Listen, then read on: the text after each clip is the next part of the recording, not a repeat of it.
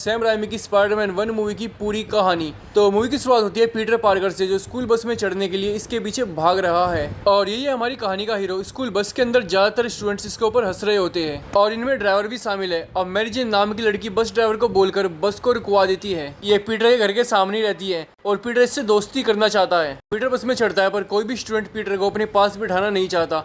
उल्टा एक स्टूडेंट यहाँ अपना पैर आगे अड़ाकर पीटर को बस में ही गिरा देता है। और अब थोड़ी देर बाद ये सभी स्टूडेंट्स कोलंबिया यूनिवर्सिटी में पहुंच जाते हैं। ये यहाँ स्कूल ट्रिप पे आए हैं और अब यूनिवर्सिटी के बाहर एक रोल्स रॉयस रुकती है और इसके अंदर से हैरी ओसबोर्न उतरता है और यही है पीटर का एक लौता दोस्त। ये पीटर को हाय हेलो बोलता है कि इसके पिता भी गाड़ी से बाहर निकलकर आ जाते हैं हैरी को उसका बैग देने के लिए। और अब हैरी पीटर को अपने पिता नॉर्मन ओसबोर्न से मिलाता है। बातचीत के दौरान पीटर इनको बताता है कि मेरे माता पिता अब नहीं रहे, मैं अपने अंकल और आंटी के साथ रहता हूँ। अब यूनिवर्सिटी के अंदर सभी स्टूडेंट्स जेनेटिक्स लैब को देखते हैं और यहाँ एक लैब असिस्टेंट इनको बताती है कि हमने जेनेटिक्स को मॉडिफाई करके 15 शक्तिशाली मकड़ी बनाई है, पर यहाँ एक मकड़ी गायब रहती है। अब मैरी जेन से पूछकर पीटर स्कूल मैगजीन के लिए मैरी जेन के फोटोज खींचता है, पर तभी एक मकड़ी जो गायब थी छत से पीटर के हाथ पे उतरकर काट लेती है और अब पीटर के हाथ पे एक अजीब सा निशान आ जाता है और घर पहुंचते पहुंचते उसकी तबीयत बहुत खराब हो जाती है, इतना कि वो अपने कमरे के फर्श पे ही बेहोश हो जाता है। और बेहोशी की हालत में उस मकड़ी के जीन्स पीटर के कमजोर जीन्स को रिप्लेस करने लगते हैं। दूसरी तरफ नॉर्मन ओसबोर्न की लैब में नॉर्मन का साइंटिस्ट सेना के एक बड़े अफसर को बताता है कि हमने इंसानी क्षमता को बढ़ाने वाला प्रयोग चूहों पे किया था,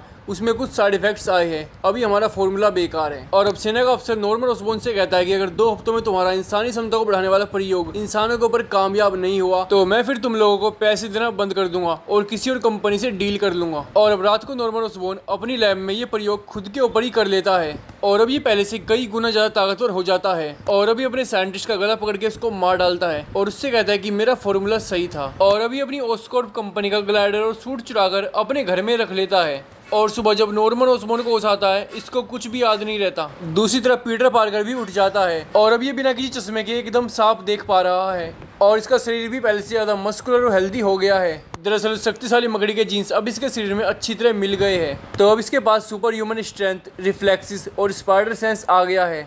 अब ये हाई स्कूल जाता है जहाँ मैरी जेन और उसकी खाने की प्लेट दोनों को गिरने से एक साथ बचा लेता है। थोड़ी देर बाद इसके हाथ से गलती से एक जाल निकल जाता है जिसको वापस खींचते हुए पीटर से फ्लैश के ऊपर एक खाने की प्लेट गिर जाती है। और फ्लैश है हाई स्कूल का सबसे बड़ा बली जो बच्चों को तंग करता रहता है, खासकर पीटर को। तो फ्लैश पीटर को सबक सिखाने के लिए इससे लड़ने आता है पर पीटर फ्लैश के हर एक पंच से बच जाता है और अब पीटर फ्लैश का हाथ मरोड़कर उसको एक जोरदार पंच मारता है जिससे वो दूर गिरता है और ये देखकर सारे स्टूडेंट्स शॉक हो जाते हैं। और अब पीटर हाई स्कूल से भागकर अपनी पावर चेक करता है, जैसे दीवार चढ़ना, एक इमारत से दूसरी इमारत पे छलांग लगाना और अपना जाल फेंक कर कोई दूर दिख रहे सामान तक झूलते हुए जाना। हल्की फुल्की कोशिश करने के बाद पीटर ये सब कुछ कर पाता है। अब रात को मैरी जेन को बताता है कि मैं हाई स्कूल कंप्लीट करके शहर जाकर फोटोग्राफर बनूंगा और मैरी जेन इसको बताती है कि वो भी हाई स्कूल कंप्लीट करके शहर जाएगी पर वो एक अभिनेत्री बनना चाहती है। यहाँ फ्लैश अपनी एक नई कार लेकर आ जाता है। मैरी जेन खुश होकर उसकी कार में बैठकर घूमने निकल जाती है और अब पीटर को पता चल गया कि मैरी जेन को पटाने के लिए उसको एक कार लेनी होगी।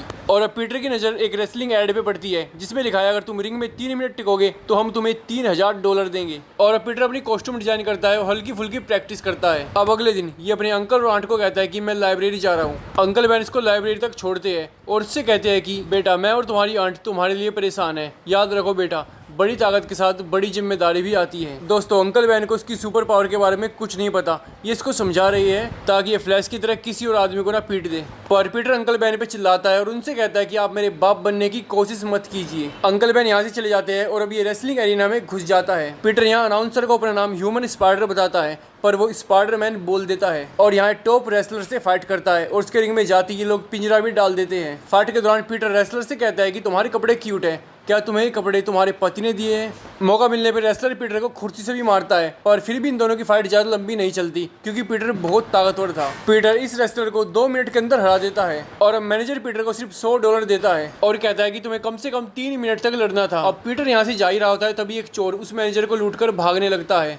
मैनेजर चोर चोर चिल्ला रहा होता है पर पीटर इसको रोकने की बिल्कुल भी कोशिश नहीं करता। पीटर मैनेजर से कहता है कि ये मेरी प्रॉब्लम नहीं थी। यहाँ से बाहर जाने में पीटर को पता चलता है कि किसी चोर ने अंकल बैन की कार चुराते हुए उनका मर्डर कर दिया और अब पीटर अपनी कॉस्ट्यूम पहनकर उस चोर को ढूंढने लगता है और थोड़ा ढूंढने के बाद इसको मिल जाता है पर फिर वो कार से उतरकर एक खाली इमारत में चला जाता है। पीटर इस इमारत में घुसकर इसको पीटता है और अब पीटर को पता चलता है कि ये वही चोर है जिसको अगर तू पकड़ता तो ऐसा कुछ ना होता। पीटर को अपनी गलती समझ में आ जाती है अब पीटर इसका हाथ तोड़ देता है और ये चोर पीछे हटता हुआ इमारत से गिरकर मर जाता है। दूसरी तरफ क्वेस्ट कंपनी अपना नया प्रोजेक्ट सेना के बड़े अफसरों को दिखा रहे होते हैं, पर तभी यहाँ पे नॉर्मन ऑसबॉर्न अपने ग्लाइडर पे हरा सूट पहनकर आ जाता है और कई सारे बॉम्ब गिराकर सेना के बड़े अफसर के साथ साथ सैकड़ों लोगों को मार डालता है और ये यहाँ अपनी प्रतिद्वंदी कंपनी क्वेस्ट का नया प्रोजेक्ट भी तबाह कर देता है और अब नॉर्मन ऑसबॉर्न के इस रूप को ग्रीन गोब्लिन का नाम मिल जाता है। दूसरी तरफ पीटर समेत बाकी स्टूडेंट्स हाई स्कूल को पास कर लेते हैं और यहाँ मैरी जेन फ्लैश के साथ अपना रिश्ता तोड़ देती है। घर आकर पीटर सोचता है कि मैंने एक बार ताकत होने के बाद भी उस चोर को ना रोककर गलती की थी और इसकी मुझे भारी कीमत चुकानी पड़ी है और अब से मैं अपनी जिम्मेदारी निभाऊंगा और किसी के भी साथ कुछ बुरा नहीं होने दूंगा।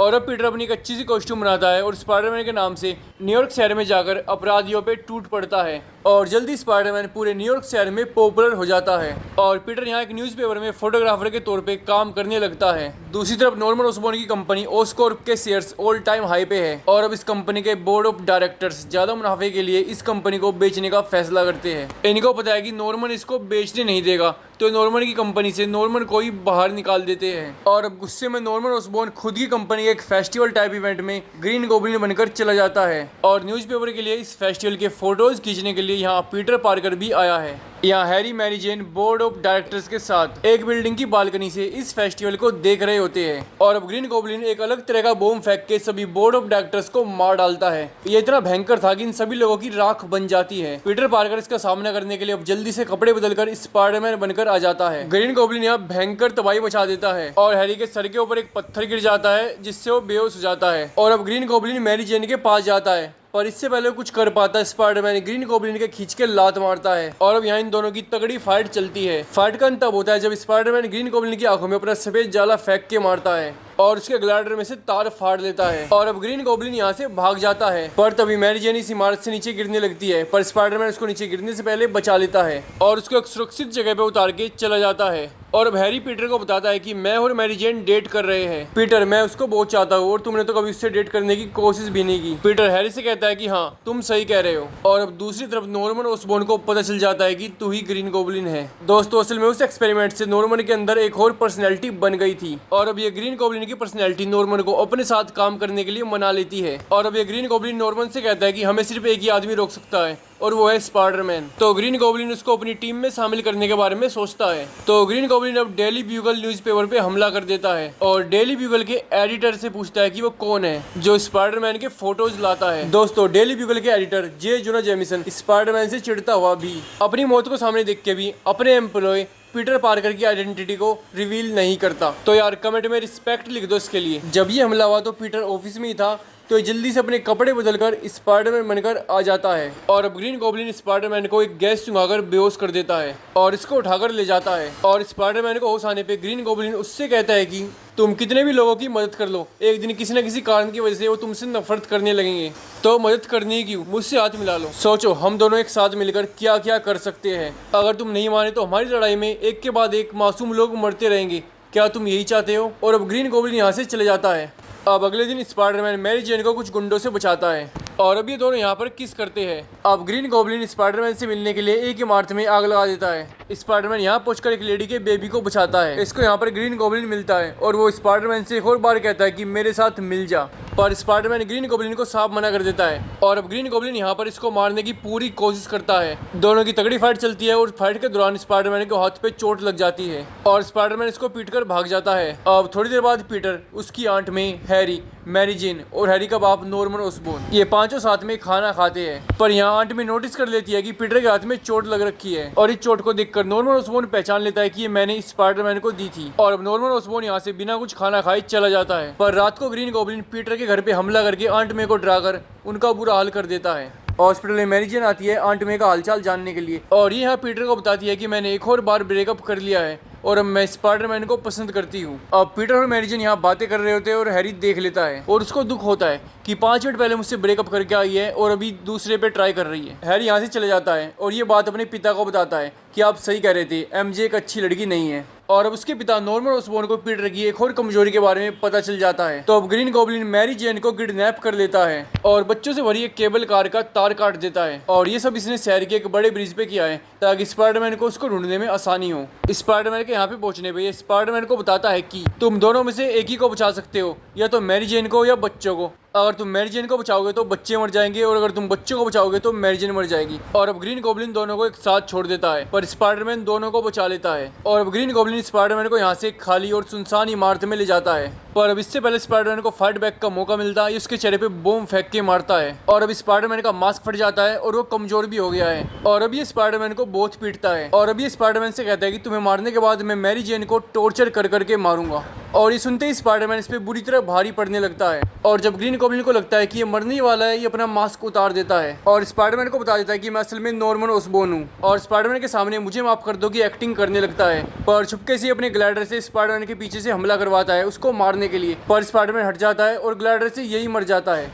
पर मरने से पहले ही पीटर से कहता है कि हैरी को मत बताना कि मैं ही ग्रीन गॉब्लिन था।